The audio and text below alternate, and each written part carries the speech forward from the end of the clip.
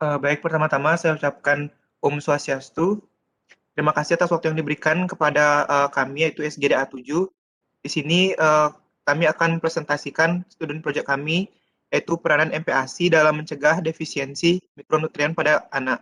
Di mana sebelumnya perkenalkan, nama saya Komang Dani Adihmawan dengan 3 digit NIM terakhir 185. Di sini saya sebagai moderator pada presentasi kali ini. Baik, slide selanjutnya.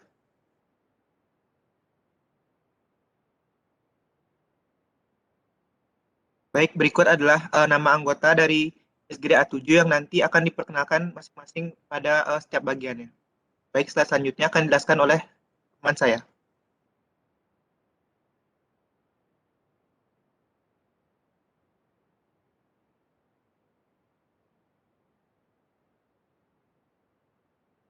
Terima kasih atas kesempatannya. Perkenalkan, nama saya Ngurah Bagus Putra Darmawan dengan 3 digit NIM terakhir 183. Jadi makanan pendamping air susu ibu merupakan suatu asupan yang mengandung zat-zat gizi yang diberikan pada bayi yang berusia 6 hingga 24 bulan untuk memenuhi kebutuhan gizi selain air susu ibu.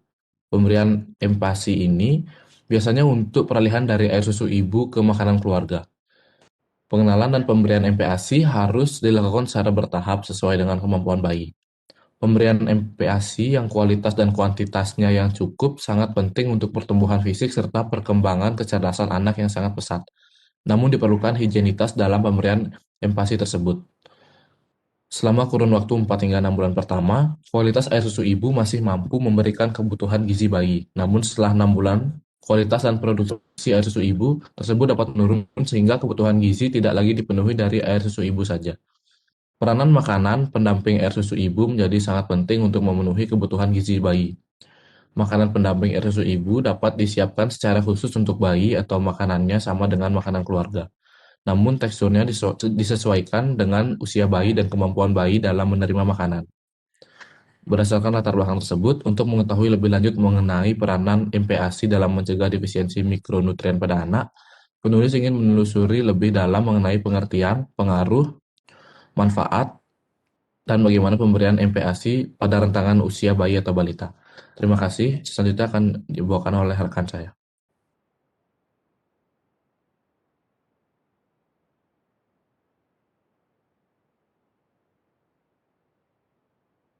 Baik, selanjutnya saya akan lanjutkan. Perkenalkan, nama saya Niputu Nirmala Putri dengan 3 digit NIM terakhir 179. Di sini saya akan menjelaskan mengenai rumusan masalah. Di mana di sini terdapat 6 rumusan masalah. Yang pertama itu mengenai apa pengertian dari ASI, yang kedua apa pengertian dari MPASI, yang ketiga bagaimana pengaruh MPASI terhadap anak, lalu manfaat MPASI bagi anak, lalu selanjutnya dampak MPASI bagi anak, dan terakhir bagaimana pemberian MPASI pada rentang usia bayi atau balita. Selanjutnya.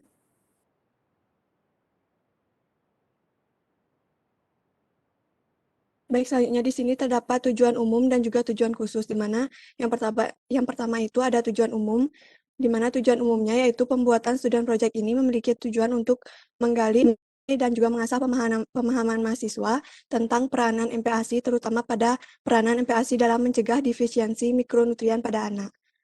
Next. Lalu selanjutnya ada tujuan khusus, di mana terdapat 6 tujuan khusus. Yang pertama untuk mengetahui pengertian dari ASI, untuk mengetahui pengertian dari MPASI, lalu untuk mengetahui pengaruh MPASI terhadap anak, mengetahui manfaat MPASI bagi anak, mengetahui dampak MPASI bagi anak, dan yang terakhir untuk mengetahui pemberian MPASI pada rentang usia bayi atau balita. Baik, selanjutnya akan dilanjutkan oleh rekan saya. Terima kasih. Baiklah, perkenalkan, nama saya Bagus Aniswara dengan 3 digit NIM terakhir 182. Selanjutnya saya akan menjelaskan mengenai manfaat. Untuk manfaat teoritis, mahasiswa Fakultas Kedokteran Universitas Udayana dapat memahami peranan MPASI, terutama pada peranan MPASI dalam mencegah defisiensi mikronutrien pada anak. Next. Dan untuk manfaat praktis, yang pertama bagi mahasiswa dapat mengerti dan memahami peranan MPASI, terutama pada peranan MPASI dalam mencegah defisiensi mikronutrien pada anak. Yang kedua, bagi masyarakat, melalui student project ini, wawasan pada masyarakat akan bertambah serta masyarakat akan memahami peranan MPASI, terutama pada peranan MPASI dalam mencegah defisiensi mikronutrien pada anak. Selanjutnya, bagi institusi, Yang pertama, dapat menambah kepustakaan di Universitas Udayana. Yang kedua, institusi dapat menilai tolak ukur kemampuan mahasiswa dalam student project ini, terutama pada peranan MPASI dalam mencegah defisiensi mikronutrien pada anak. Yang ketiga, sebagai media pembelajaran tambahan dalam mengasah kemampuan mahasiswa. Selanjutnya akan dijelaskan oleh rekan saya.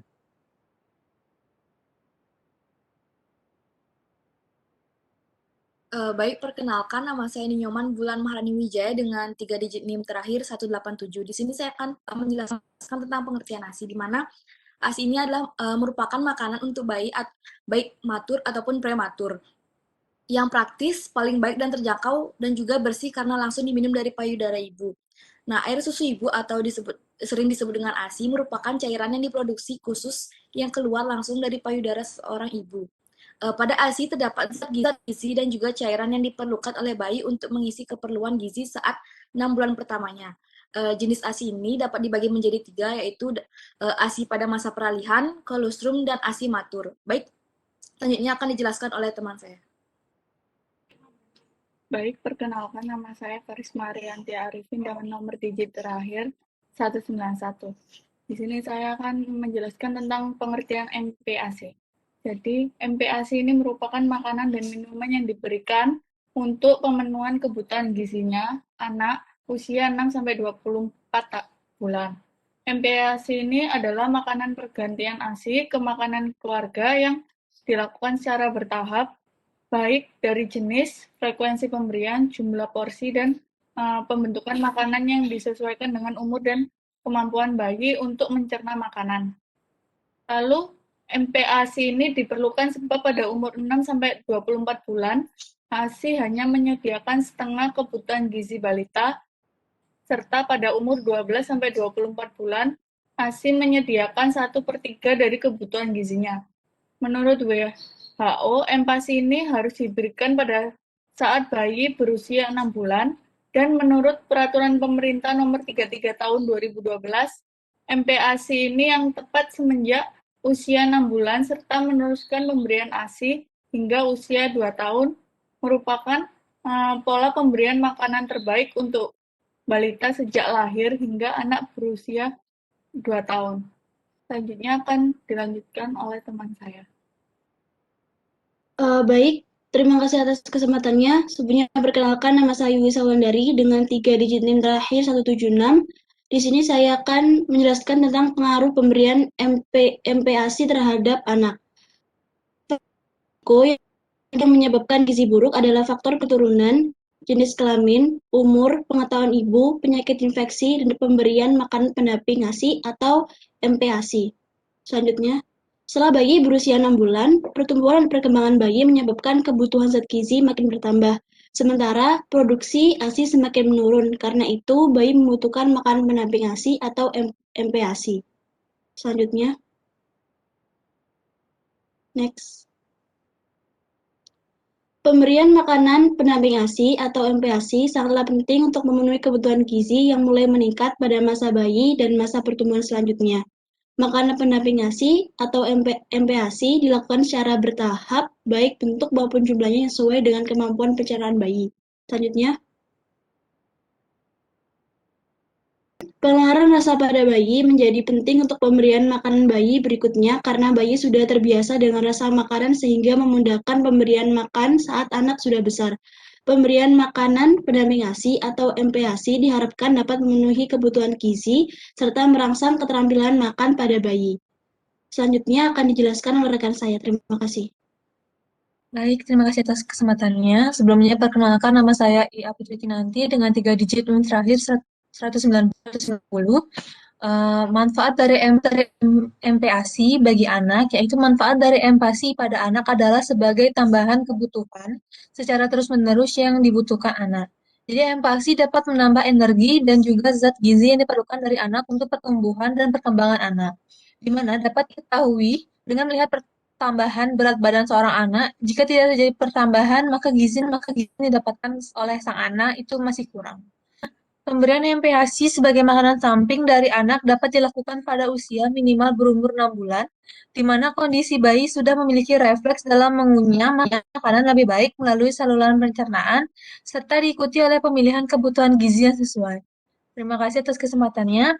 Selanjutnya akan dilanjutkan oleh teman saya. Baik, saya akan melanjutkan. Sebelumnya perkenalkan, nama saya Kadarat Nabila Sari dengan 3 digit NIM terakhir 180. Jadi saya akan menjelaskan mengenai dampak MPASI bagi anak. Jadi salah satu dampak dari pemberian MPASI dini adalah infeksi saluran pencernaan dan pernapasan serta juga diare.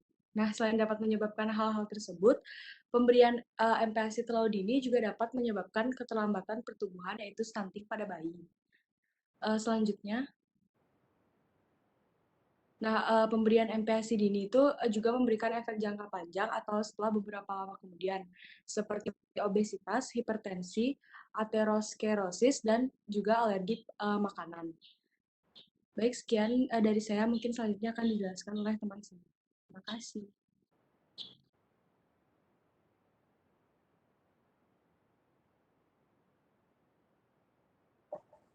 Baik, di sini saya Putusinta Dewi Indrastuti dengan 3 digit NIM terakhir 181 ingin membacakan bagaimana pemberian MPASI pada rentangan usia bayi atau balita. Yang pertama, jenis MPASI untuk bayi berusia 6-9 bulan sudah dapat diberikan MPASI. Jadi pada tahap 6-9 bulan ini merupakan tahap pengenalan bayi untuk mengetahui makanan yang akan dikonsumsi setiap harinya selain daripada ASI. Pada tahap ini juga diharapkan dapat memberikan makanan dengan tekstur yang lembut juga lunak agar mudah dikonsumsi dan dicerna oleh bayi, misalnya adalah bubur, susu maupun bubur saring. Selanjutnya akan dijelaskan oleh teman saya.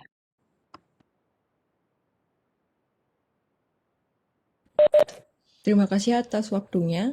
Sebelumnya perkenalkan, nama saya ini Putu Primerita Nyaswari dengan 3 digit NIM terakhir 186. Di sini saya akan melanjutkan untuk pemberian MPASI pada rentangan usia bayi atau balita dengan nomor 2 yaitu jenis MPASI untuk bayi berusia 9-12 bulan. Nah, pada usia 9-12 bulan dan lebih dari 12 bulan, bayi sudah dapat lebih mengenal variasi makanan lainnya, juga indera pengecapannya pun sudah semakin terlatih. Pada usia ini, bayi dapat diberikan makanan dengan tekstur yang lebih kasar, seperti daging cincang yang dicincang halus, atau dapat diberikan beberapa makanan lainnya yang bertekstur dan aman untuk pencernaan bayi, dan juga mudah untuk dicerna. Nah, untuk pemberiannya pun diharapkan tetap memperhatikan nutrisi, juga gizi yang terkandung di dalamnya.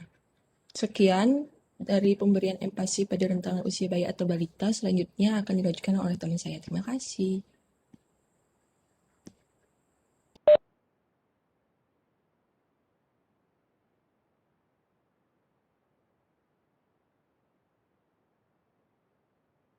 Perkenalkan, nama saya Rivalvin Yuliutan Franka Kalasta Liat Putra dengan 3 digit NIM terakhir 188.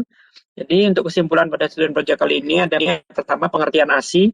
ASI adalah makanan untuk bayi baik matur ataupun prematur yang praktis paling baik terjangkau dan bersih karena langsung diminum dari payudara ibu. Jenis ASI dibagi menjadi 3 yaitu ASI masa peralihan, kolostrum, dan ASI yang matur. Jadi pengertian MPASI sendiri adalah makanan pergantian ASI ke makanan keluarga yang dilakukan secara bertahap baik dari jenis, frekuensi pemberian, jumlah porsi, dan bentuk makanan yang disesuaikan dengan umur dan kemampuan bayi untuk mencerna makanan. MPASI dapat diperkenalkan pada bayi ketika bayi berusia 6 bulan ke atas. Aktivitas bayi setelah 6 bulan semakin banyak sehingga pendamping makanan ASI diperlukan untuk memenuhi kebutuhan gizi untuk perkembangan dan pertumbuhan bayi, serta dapat menambah energi dan juga zat gizi yang diperlukan oleh anak ulang. Jadi aku ulang bagaimana ini? Lanjut aja. Jadi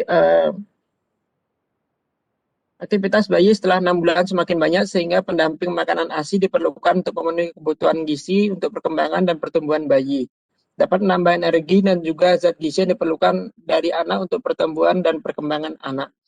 Mungkin sekian dari presentasi dari saya dan dilanjutkan pada teman saya. Terima kasih. Perkenalkan, nama saya Agung Dewi Widiagung dengan 3 digit yang terakhir 175. Saya akan melanjutkan kesimpulan dari teman saya tadi. Jadi Selanjutnya, gizi buruk merupakan suatu kondisi terparah dari proses kekurangan gizi, terutama energi dan protein yang tidak sesuai dengan kebutuhan dalam jangka waktu yang panjang. Faktor risiko yang menyebabkan gizi buruk ini adalah faktor keturunan, jenis kelamin, umur, pengetahuan ibu, penyakit infeksi, dan pemberian makanan pendamping ASI atau MPASI. Pemberian MPASI juga tidak disarankan dilakukan terlalu dini karena dapat mengakibatkan infeksi saluran pencernaan dan pernafasan. Hal tersebut dibuktikan melalui riset oleh Pusat Penelitian dan Pengembangan Gizi dan Makanan, yaitu gangguan tersebut berimbas kepada pertumbuhan anak yang akhirnya mengalami keterlambatan tumbuh atau stunting, dan untuk dampak jangka panjangnya atau setelah beberapa lama kemudian itu bisa terjadi seperti obesitas, hipertensi, aterosklerosis, alergi makanan. Selanjutnya terdapat beberapa jenis pemberian MPASI berdasarkan umur, yakni MPASI untuk bayi berusia 6-9 bulan, bayi berusia 9-12 bulan, dan bayi berusia lebih dari 12 bulan. Mungkin sekian kesimpulan dari saya. Mungkin lanjutkan oleh teman saya. Terima kasih.